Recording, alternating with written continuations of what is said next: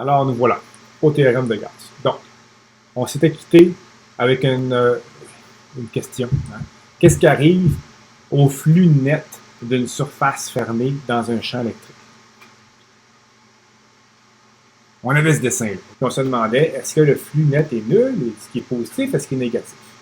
Bien, c'est à ça qu'on va essayer de répondre. Pour y répondre, donc avant de revenir à ce dessin-là, ce que je vais faire, c'est que je vais, encore une fois, commencer avec quelque chose de connu. Je vais prendre ce qu'on connaît. On sait que le champ d'une charge ponctuelle, c'est KQ sur R carré UR. Donc, si je prends une charge ponctuelle, encore une fois, je vais prendre une charge positive. J'ai un champ électrique, on le sait, c'est un champ électrique qui est radial, qui pointe vers l'extérieur. Ce que je vais faire, je vais mettre une surface fermée. Je vais prendre une sphère. Puis ce que je vais faire, c'est que je vais aller englober cette charge-là. Non, je ne prendrai pas une sphère. Je vais prendre une surface fermée quelconque. Donc, comme une espèce de plure de patate, là, avec une forme bizarre. Mais l'important, c'est que la charge est à l'intérieur de cette surface-là. Je vais m'amuser à calculer le flux électrique qui passe à travers cette surface-là. Donc, il faut que j'arrive à calculer l'intégrale de E.dA. Bon. Pour ce qui est du E, c'est pas pire, okay? Parce que je sais que c'est quoi le champ électrique, c'est KQ sur R carré. Le problème que j'ai, là, j'ai décidé de prendre une pleure de patate, là, mais le problème que j'ai, c'est que cette pleure-là, premièrement, si je veux avoir le flux total, il faudrait que je sache, disons, chacune des parties de cette pleure-là, là, à quelle distance elle se trouve la charge, parce que à chaque endroit ici, le champ électrique il varie tout le temps. C'est jamais le même. Puis en plus, ben, tout dépendamment de l'orientation des vecteurs DA, comme par exemple ici, j'ai un DA qui sort ici comme ça. Ici, mon DA il est comme ça. Ici, il est comme ça. Okay, donc, mes DA sont toujours perpendiculaires à la surface. Donc, mon produit scalaire, il est vraiment dur à calculer parce que mon angle entre E et DA est différent ici de là, de là. Donc, l'idée de prendre une patate comme ça, c'est vraiment pas gagnant. Ce que je vais faire, pourquoi je ne prendrais pas une surface fermée dont la symétrie fait en sorte que le champ est toujours le même, peu importe où je me trouve sur la surface, puis aussi où l'angle entre E et DA est toujours le même, peu importe où je me trouve sur la surface. Quel genre de symétrie je devrais prendre?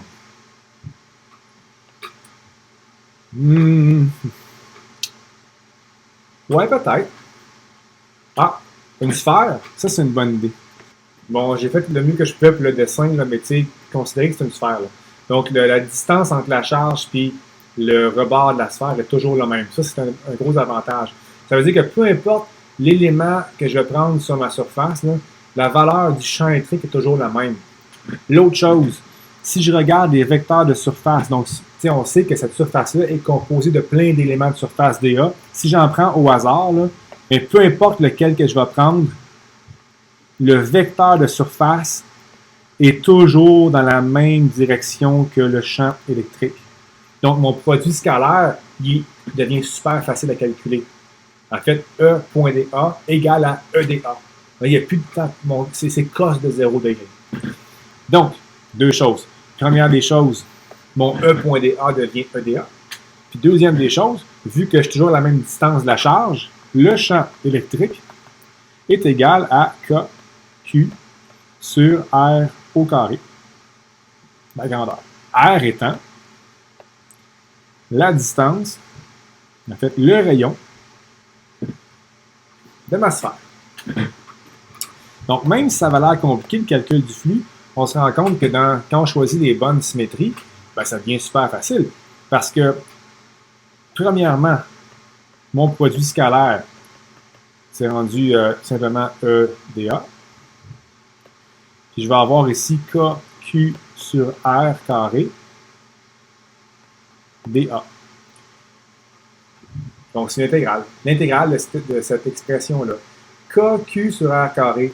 Si je me promène sur ma surface fermée, est-ce qu'il y a quelque chose là-dedans qui va varier? Pas du tout.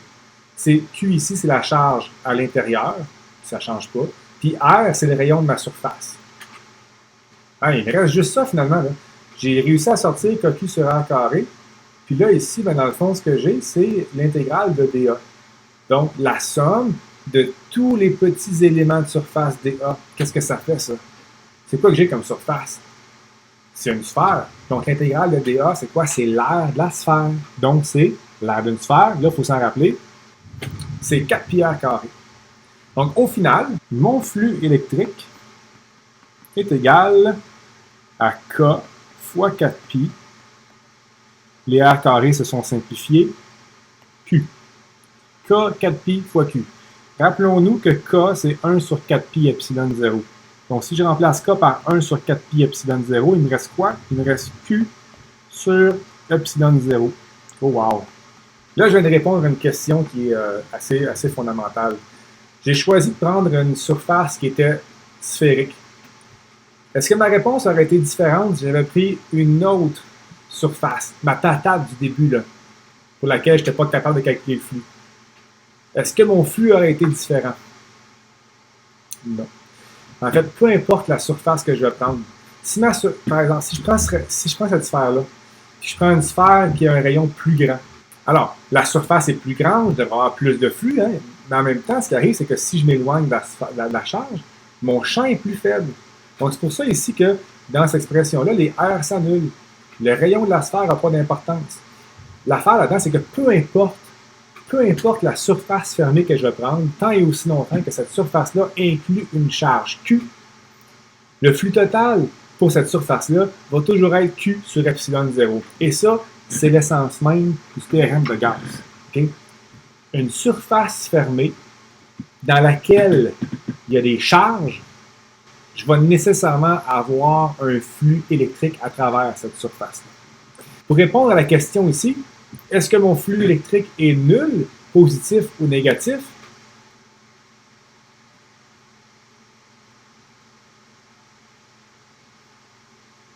Ben, la réponse, c'est que ça dépend. Okay? Ça dépend. Est-ce qu'il y a des charges ici ou il n'y en a pas? Il faudrait que je connaisse la charge à l'intérieur de la surface. Ce qu'on voit ici, le flux électrique, là, c'est Q sur epsilon 0, mais Q peut être négatif. Hein? Si je mets une charge négative à l'intérieur de la sphère, ben, le flux va être négatif. Le flux va rentrer, le champ va rentrer dans la surface. Donc, le théorème de Gauss, je vais l'énoncer de façon claire, c'est de dire justement que le flux électrique d'une surface fermée est toujours égal à Q inclus dans la surface sur epsilon 0. Donc ça, c'est la forme, c'est l'équation du théorème de Gauss. Mon flux est toujours égal à la charge à l'intérieur de la surface sur epsilon 0. Mais c'est toujours un flux pour une surface fermée. Le théorème de Gauss, ça fonctionne seulement pour une surface fermée. Donc si on prend, je prends une charge négative ici, là, moins Q, ben, si je prends une surface fermée, c'est une genre de bulle de savon encore, mais qui ne passe pas par la charge, ben, le flux est égal à 0. C'est aussi simple que ça. Donc, on va appliquer le théorème de Gauss. Okay? La façon de l'appliquer, c'est toujours la même. Là, ce qu'on va commencer, ben, en fait, ça va me prendre une mise en situation. Donc, ce que je vais prendre ici, c'est une sphère isolante. Donc, on va supposer que la densité de charge est uniforme pour ma sphère. Puis là, ce que je veux savoir, moi, c'est quoi la valeur du champ électrique à l'intérieur puis à l'extérieur de la sphère. Si ma sphère a une densité de charge uniforme. Donc, premièrement, je vais aller voir à l'extérieur. C'est ce qui est un peu plus facile, là.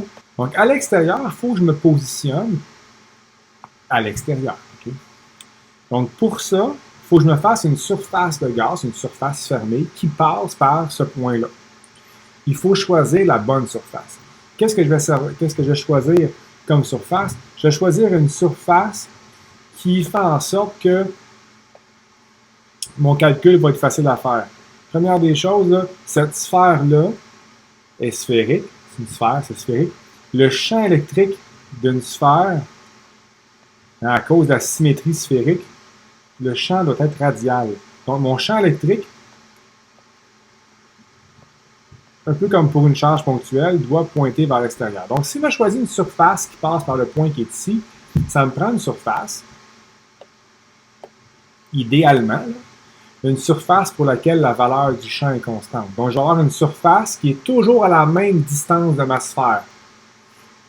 Je vais prendre une sphère. Hein? Okay? En prenant une sphère, je m'assure que le champ est toujours constant sur ma sphère. Je m'assure aussi que mes éléments de surface dA sont tous orientés dans le sens du champ électrique.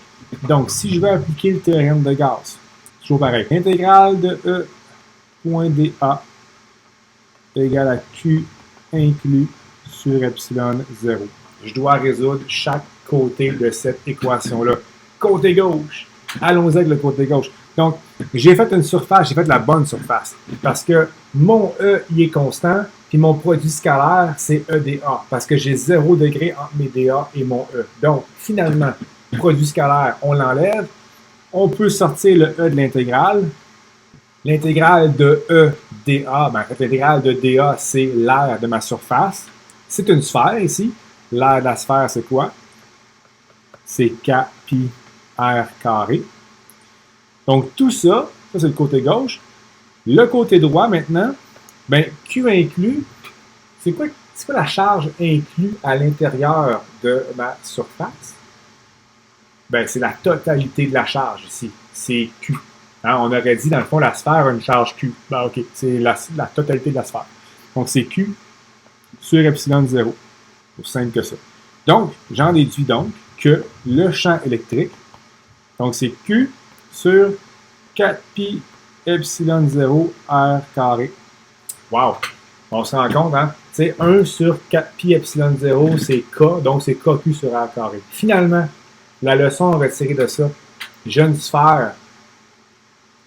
Que j'ai une sphère ou que j'ai une charge ponctuelle, ça ne change absolument rien sur le champ électrique ici. Je pourrais avoir une charge ponctuelle qui a aussi une valeur Q, j'aurais la même chose ici. Je peux avoir une sphère conductrice, sphère isolante. L'important, c'est que la charge totale, si c'est la même, si c'est Q, le champ est le même. Donc ça, c'est pour l'extérieur de la sphère. Donc si R est plus, hein, si je suis à l'extérieur, mon petit R est plus grand que grand R. Maintenant, ce que je vais faire, c'est que je vais aller voir à l'intérieur de la sphère. Donc, pour y arriver, ce que je vais faire, c'est que j'ai juste agrandi les choses un petit peu, là, parce que si je vais voir à l'intérieur de la sphère, il faut absolument que mon point d'intérêt soit à l'intérieur de la sphère. Donc, ce que je recherche, c'est le point ici. Okay? Bon, ma sphère, toujours, là, a un rayon R majuscule. Symétrie. n'est pas parfaite, ma sphère, mais c'est une sphère. Okay? Donc, la symétrie est sphérique. Ça veut dire que mon champ électrique, s'il y en a un champ électrique à l'intérieur de ma sphère, il est forcément radial lui aussi. Je sais aussi que la valeur du champ électrique, par symétrie sphérique, doit être en fonction de la distance par rapport au centre. Hein? Parce que si je me trouve à une certaine distance par rapport au centre, que je sois ici ou que je sois là, ça ne change absolument rien. Le champ électrique a la même valeur. Donc, je vais me trouver... Il faut que je me fasse une surface de gaz qui passe par mon petit point blanc là, et qui a la bonne symétrie pour m'assurer encore une fois que le champ est constant sur cette surface-là et que les vecteurs de surface soient dans la même direction que le champ. Donc, ça ne me donne pas le choix. Ce que je vais faire comme surface fermée, encore une fois, c'est une sphère. Si je fais une sphère, pour les mêmes considérations que tantôt, c'est que mes éléments de surface dA vont être dans la même direction que mon champ. Puis la valeur du champ électrique doit être la même partout parce que par symétrie, je suis toujours à la même position par rapport au centre. Donc, théorème de Gauss, si je suis à l'intérieur de la sphère, c'est toujours pareil, hein, c'est l'intégrale de E.dA est égal à Q inclus sur epsilon 0. Super. Je vais régler le terme de gauche. Donc ici, en faisant une sphère, je m'assure que le produit scalaire donne EdA, puis en plus, par symétrie, E est constant, donc je peux sortir l'intégrale. Donc j'ai encore, en fait, j'ai la même chose que tantôt, EdA.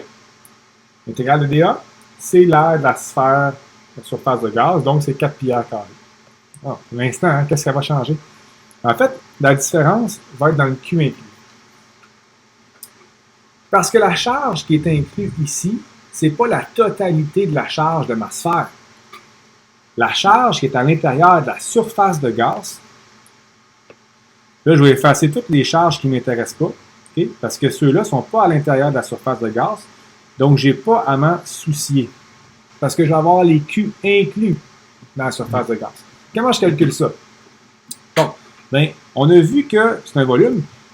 La densité volumique de charge, c'est la charge totale sur le volume de ma sphère. Donc, c'est Q sur 4 pi R3 sur 3. C'est le volume de la sphère.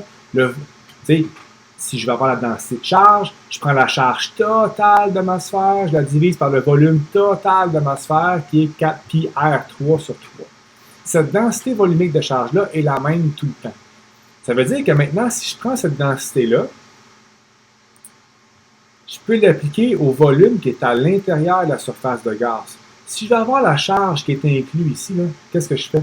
Je prends ρ fois le volume à l'intérieur de la surface de gaz. Donc, mon Q inclus, c'est ρ fois le volume inclus.